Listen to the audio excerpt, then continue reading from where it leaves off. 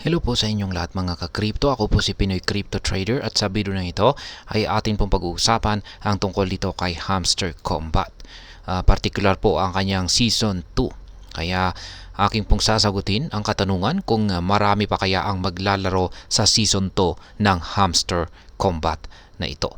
Kaya ayan, bago po tayo magpatuloy, ay nais ko lamang po munang bigyang linaw ang aking disclaimer kung saan ang nilalaman po ng video na ito ay hindi po ito isang financial advice. For education and information purposes lamang po ang layunin nito. Ayan, sa tingin ko ay mukhang marami naman or patuloy pa rin po na maraming mga players ang magiging interesado dito sa Season 2 ni Hamster Combat. Ang game na ito ay naging popular dahil po sa unique na concept at engaging gameplay nito. Kaya maraming factors ang makakaapekto sa dami ng players tulad po ng marketing, updates at community engagement. Ayan, sa marketing ay kung ang mga developers ng Hamster Combat ay maglalabas po sila ng epektibong marketing campaign, ay siguradong mas maraming tao ang makakaalam tungkol sa game na ito. Kaya ang paggamit po ng mga social media platforms tulad ng Facebook, Twitter at Instagram ay makakatulong po para ma-reach ang mas malaking audience. Ang pag-collaborate sa mga influencers at streamers ay isa na ring magandang strategy para ma-promote ang game. Sa katunayan ay marami pa pong mga hindi nakakaalam dito kay Monster Combat.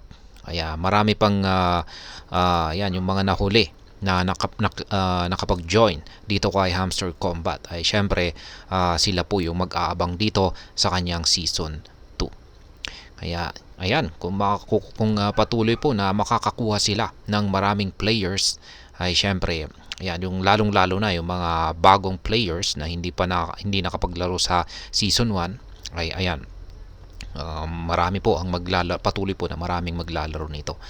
At syempre, nakakaakit na rin po yung updates ng mga developers ni Hamster Combat. Kaya ang regular na updates at improvements sa game ay napaka-crucial po ito para mapanatili ang interest ng mga players. Kung ang developers ay maglalabas ng mga bagong features, characters at events, siguradong mas maraming players ang magiging excited na maglaro. Ang pag-address sa mga feedback at suggestion ng community ay makakatulong din para mapabuti ang game experience ng mga players. Kaya ayan, nakasalalay na rin po yan sa updates at saka information. Ayan, at saka syempre yung community na rin ni Hamster Combat. Kaya ang pagkakaroon po ng active na at supportive na community ay isa po ito sa mga key factors para maging matagumpay ang isang game na katulad nitong si Hamster Combat. Kaya kung ang mga developers ay mag-o-organize ng mga events, tournaments, mga pag-giveaways, ay siguradong maraming players ang mas magiging engaged. Ang pagkakaroon ng official forums at social media groups kung saan pwedeng mag-interact ang mga players ay makakatulong din para mapalakas ang sense of community ni Hamster Combat. Pero sa ngayon, alam po natin na medyo yung nangyayari po ngayon sa community ni Hamster Combat ay maraming mga disappointed sa ngayon. Pero yan, pwede pa rin po yung magbago kasi gumagawa naman po ng paraan yung mga developers ni Hamster Combat. Kaya ayan, at saka syempre yung kanyang tokenomics na rin, isa na rin po itong mahalagang bagay na makapang-akit para yung mga players ay yung mga dating players ay maglalaro sa Season 2 at syempre yung mga bagong players naman ay maakit para maglaro dito sa Season 2. At syempre, yan ay kung yung token ay magkakaroon po ng magandang value at utility. Yan, sigurado po talagang mas maraming players ang magkakaroon ng interest at maglalaro dito sa Season 2 ni Hamster Combat.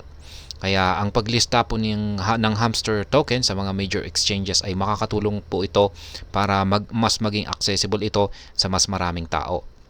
Ang pag-offer ng rewards at incentives para sa mga players na gumagamit ng token ay isa na rin po itong magandang strategy para mapataas ang interest ng mga players.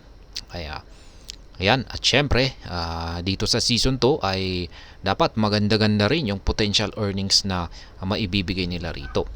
Ang posibilidad na kumita habang naglalaro ay isa po kasi ito sa mga main attractions ni Hamster Combat. Ayan, marami po talagang naglaro. Napaka-boring po talaga ng game na ito. Ayan, top ka lang ng top. Pero yung talagang main attractions po rito ay kung bakit maraming naglaro dito ay syempre gusto po nilang kumita. Kaya kung ang game ay may magandang earning potential, ay siguradong mas maraming players ang magiging motivated na maglaro dito.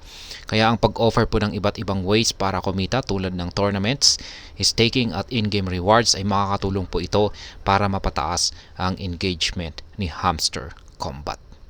Kaya, ayan. Sa kabuuan ay masasabi ko po rito ay maraming factors po ang makakaapekto sa dami ng players ng Season 2 ni Hamster Combat. Yan, basta yung mga developers ay gawin po nila lahat ng kanilang makakaya ay yan, marami po silang patuloy po na marami silang maaakit na mga players. Kaya ayan, kung ang mga developers ay ayan, tulad po maglalabas sila ng epektibong marketing campaign, mga regular updates at active community engagement, ay sigurado mas maraming tao ang magiging interesado dito. At syempre kapag naging maganda yung kanilang tokenomics at yung earning potential nila ay earning potential ng laro na ito ay higit po ito makakatulong para mapataas ang interest ng mga players.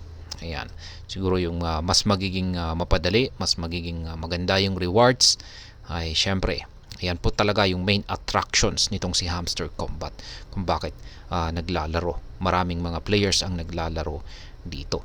Ayan, sino ba naman ang maglalaro na mag-i-enjoy sa top lang ng screen? Yan. Tapos mababa lang yung rewards, mababa lang yung makukuha mo na parang kita rito. Doon ka na sa ibang laro. Ayan, maglaro ka na lang ng Mir 4. Ayan, yung mga magagandang games na talagang nag-i-enjoy ka tapos kumikita ka. Kaya ayan.